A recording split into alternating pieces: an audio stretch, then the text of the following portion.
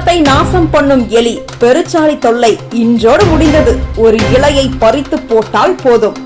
விவசாயிகளுக்கு மிகப்பெரிய தொல்லையாக இருப்பது பெருச்சாளி மற்றும் எலி. வயலில் பயிர்கள் வளர தொடங்கியுடனே எங்கிருந்தோ வந்து வேர் முதல் கிழித்து சாப்பிடும்.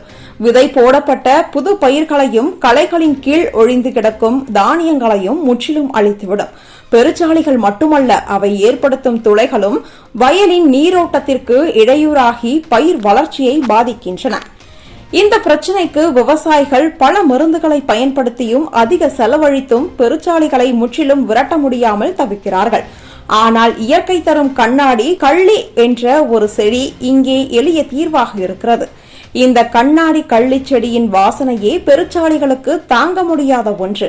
வயலின் ஓரங்களில் இருந்தாலோ பெருச்சாளி ஓட்டைகளின் அருகில் இருந்தாலோ அதன் வாசனை பரவும் போது அதை உடனடியாக அந்த இடத்தை விட்டு ஓடிவிடும். குறிப்பாக பெருச்சாளி அடிக்கடி வரும் இடத்தில் இந்த செடியை பிடுங்கி அந்த ஓட்டையின் வாயில் வைக்கும் போது அந்த இடம் முழுவதும் வாசனை நிரம்பும். பெருச்சாளி அதற்குள் தங்குவதற்கு விரும்பாது. அவை வேறு இடத்தை தேடி செல்லும். இந்த செடியின் இலைகளை இரண்டாக பிளந்தாலோ பால் போன்ற சாறு வெளிவரும். அந்த சாற்றின் வாசனை இன்னும் அதிகமாகவும் கடுமையாகவும் இருக்கும். பெருச்சாளிகளின் மூக்கிற்கு அது கடுமையான எரிச்சலை தருவதால் அவைகள் அந்த இடத்தை எவ்விதத்திலும் அணுக விரும்ப மாட்டா. இதனால் ஒரு முறை அந்த இடத்தில் கள்ளிச்செடியை வைத்தாலே நீண்ட நாட்களுக்கு பெருச்சாளி தொல்லை மறைந்துவிடும்.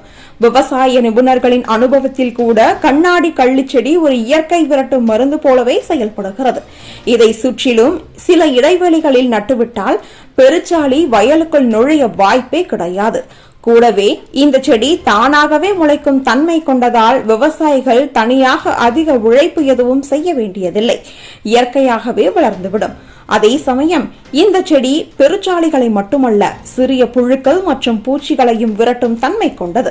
இதன் பால் தன்மையில் இருக்கும் நச்சுத்தன்மை சில பூச்சிகளுக்கு உயிருக்கும் ஆபத்தானதாகும். எனவே வயலில் கண்ணாடி கள்ளிச்செடி இருந்தால் புழு தாக்குதல்களும் குறைவாகவே இருக்கும்.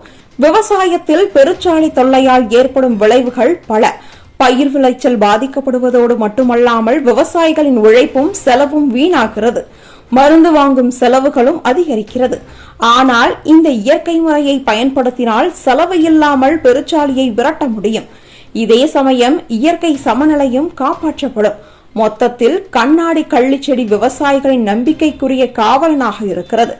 நம் முன்னோர்கள் காலத்திலிருந்தே இந்த செடியை பயன்படுத்தி பெருச்சாளி தொல்லையை சமாளித்து வந்துள்ளனர். இன்று கூட நவீன வேளாண்மையில் இந்த முறையை மீண்டும் பயன்படுத்தினால் விவசாயிகள் பெருச்சாளி தொல்லையிலிருந்து எளிதில் விடுபட்டு பயிர்களை பாதுகாக்க முடியும்.